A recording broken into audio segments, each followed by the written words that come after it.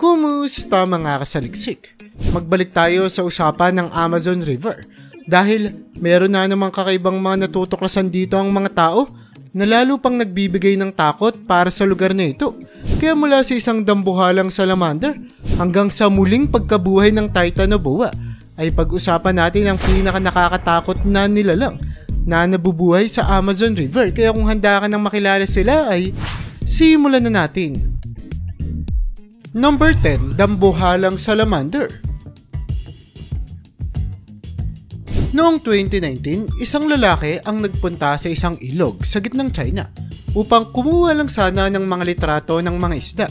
Pero sa halip na makukulay ng mga isda ang kanyang makita, nakakita siya ng isang kakaibang nilalang sa ilalim ng tubig. Ito ay may patag na bibig at tinutubuan ng kayumangging batik. Bigla itong lumitaw mula sa tubig na tila ba bumabati sa kanya.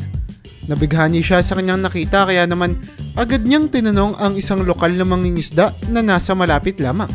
At sinabi ng mangingisda na ito na ang nakita ng turista ay isang higanteng Chinese salamander, isa sa mga pinaka-bibihirang hayop sa mundo. Agad siyang kumuha ng video at ibinahagi ito online na mabilis na kumalat at humanga ang maraming mga tao sa buong mundo sa pambihirang nilalang na ito sa kanyang likas na tirahan. Number 9, Kandiro. Narinig mo na ba ang tungkol sa isang isda na maaaring lumangoy papasok sa iyong pribadong bahagi ng katawan? Ang Amazon River ay nagtatago ng ganitong uri ng nilalang. Isang araw, merong isang batang lalaki ang pumasok sa ilog upang maligo nang bigla na lamang nakaramdam ng matinding sakit. Parang may kumurot sa kanya sa tubig. May isang bagay na lumalangoy papasok sa kanyang kasuotan. Kaya naman siya ay nagpanik at agad na lumabas ng tubig habang humihingi ng tulong. Dinala siya ng kanyang mga magulang sa isang lokal na doktor na may nakakagulat na natuklasan. Merong isang maliit na isdang parang igat ang pumasok sa katawan ng batang si Jamie. Ipinaliwanag ng doktor na ito ay isang kangaroo na kilala rin bilang vampire fish. Sa kabutihang palad naman, nagawa ng doktor na tanggalin ang isda at gumaling si Jamie. Ang kanyang nakakatakot na karanasan ay nagturo ng mahalagang aral tungkol sa mga nakatagong panganib ng Amazon River. Number 8, Groot. Noong minsan, may isang lalaki na si James Jones at ang kanyang mga kaibigan na napagpasya na gumawa ng isang horror movie para sa kasiyahan. Trip-trip lamang nila. Naisip nila na mag-shoot sa kagubatan at gumawa ng pekeng magic circle sa lupa para sa kanilang mga eksena. Pero pagkatapos ng araw na iyon, umuwi na sila. Kinabukasan, bumalik sila sa lugar ng kanilang shoot at laking gulat nila nang makita ang isang kakaibang mataas na nilalang na nakatayo sa gitna ng kanilang pekeng magic circle. Ang itsura nito ay parang si Groot mula sa Guardians of the Galaxy. Ngunit, mas nakakatakot. Kaya naman dahil sa takot, agad nilang tinapos ang kanilang pelikula at hindi na nga muling bumalik sa lugar na iyon kailanman. Natutunan nila na ang pagbibiro sa ganoong mga bagay ay maaaring magdulot sa kanila ng isang nakakatakot na konsekwensya. Number 7, mag-isa sa kagubatan. Isang maglalakbay ang nagtungo sa kagubatan sa Brazilian Amazon upang makuhanan sana ng video ang mga bihirang tribo na nakatira dito. Habang naglalakad siya sa malalim na bahagi ng gubat, napansin niya ang isang lalaking mag-isa na tila ang huling membro ng kanyang tribo na. Ang lalaki na balot ng mga dahon ay abala sa pagputol ng puno at hindi namamalayan ang presensya ng cameraman na kumukuha sa kanya ng video. Sa isang iglap, nawala siya sa makapal na gubat at ang eksenang ito ay nagbigay ng malaking pagtataka sa manlalakbay na kumukuha ng video. Dahil sa kanyang nakita, agad itong ipinaalam ng manlalakbay sa mga otoridad. Napagpasya ng gobyerno na agad na protektahan ng natitirang miyembro ng tribong ito upang masiguro ang kanyang kaligtasan at mapangalagaan siya. Ang pagkakatuklas na ito ay nagbibigay din sa kahalagahan ng pagprotekta sa mga nakatagong kultura at pamayanan sa kagubatan ng Amazon. Number 6, nakakatakot na nilalang. Habang nag-e-inspeksyon ng kanyang taniman ng mais sa kanayunan ng Illinois, isang magsasaka ang nakadiskubre ng isang kakaibang nilalang sa lupa. Ang maliit na hayop na ito ay basang-basa. may mabalahibong katawan, malalaking mata at bukas na bibig. Dahil sa kakaibang itsura nito, agad niyang tinawagan ng mga eksperto sa buhay ilang para agad na masuri ang nilalang na kanyang nakita. Dinala ng mga eksperto ang nilalang sa kanilang laboratorio upang pag-aralan at tuklasin kung anong uri ito ng hayop. Ang natuklasan ng magsasaka ay nagdulot ng malaking interes at maaaring ito pa ay isang bagong species na hindi pa nila nakikilala. Ang kakaibang pangyayaring ito ay nagbibigay din sa kahalagahan ng patuloy na pag-aaral at pananaliksik sa ating kapaligiran para makakita pa tayo ng ganitong mga hayop o mga nilalang na maaaring kakaiba pero naroroon naman na talaga sa loob ng matagal na panahon. Number 5. Na-stuck na halimaw?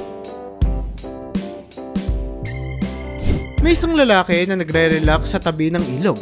Nang bigla na lamang siyang makarinig ng malakas na lagaslas, tumayo siya upang alamin kung ano ang sanhi ng ingay. Habang papalapit siya sa ilog, nakita niya ang isang malaking hayop sa tubig. Ang hayop nito ay may malalaking sungay na naiipit sa isang puno, kaya't ang katawan nito ay nananatiling nasa tubig at hindi matangay ng agos. Nang lapitan nito ng lalaki, napagtanto niyang ang nilalang ay wala ng buhay. Hindi gumagalaw at walang anumang pagsusumikap na makatakas. Agad niyang tinawag ang mga lokal upang tulungan siyang alisin ang katawan mula sa ilog. Walang nakakaalam kung ano na ang sumunod na nangyari, ngunit naniniwala ang mga tao na maaaring itinago ng mga lokal ang katotohanan sa mundo tungkol sa natuklasang nilalang na ito, o di naman kaya ay may mas malalim na sekreto na ayaw nilang malantad sa atin.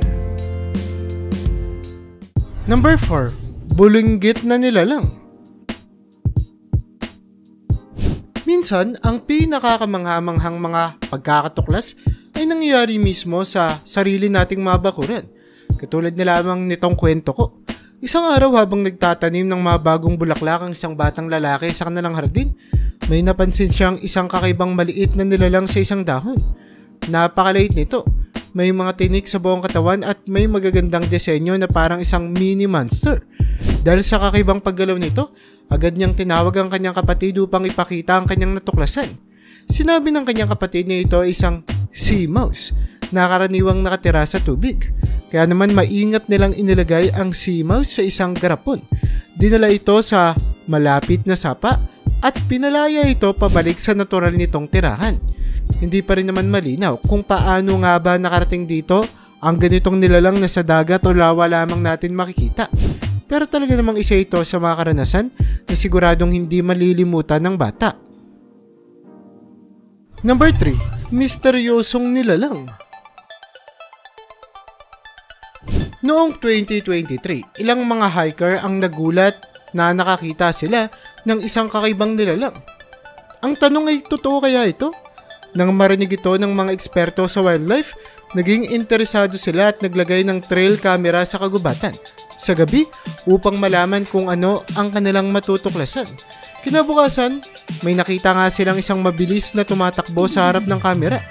Nang kanilang i-replay ito ng mabagal, natuklasan nila ang isang misteryosong nilalang na tumatakbo sa pagitan ng mga palumpong. Ang itsura nito ay parang isang velociraptor, ngunit hindi sila sigurado sa tunay na pagkakakilanlan ng hayop. Mabilis na kumalat ang balita sa TV at social media. Agad na nagbabala ang mga eksperto sa mga nakatira malapit sa lugar na mag-ingat hanggang sa mahuli nila ang misteryosong nilalang na ito. Number 2. Engkwentro sa pixies. Habang nagkakampo sa kagubatan, dalawang lalaki ang nagkaroon ng kakaibang karanasan. Isa sa kanila na nasa loob ng tent at sumisilip sa isang butas ay nakakita ng isang pixie. Ang maliit na nilalang na ito ay tila naglalaro ng tagu-taguan, naghahanap ng kanyang mga kaibigan. Nagulat at hindi makapagsalita, tinawag ng camper ang isa niyang kasama.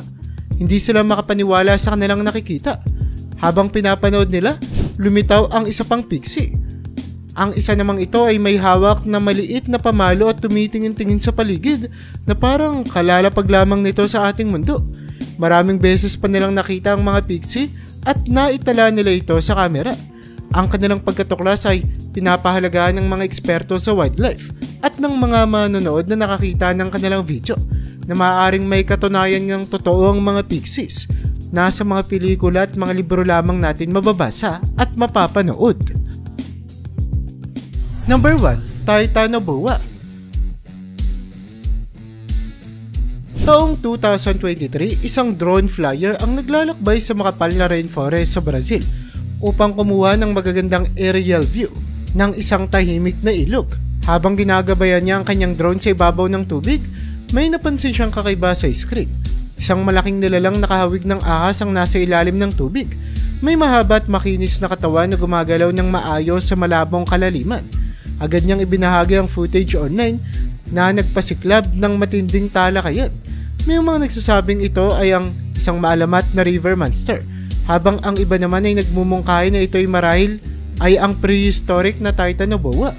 Ang Titanoboa ay isang higanteng ahas na nabuhay mga 60 milyong taon nang nakalipas sa panahon ng Paleocene sa mga kagubatan ng Colombia.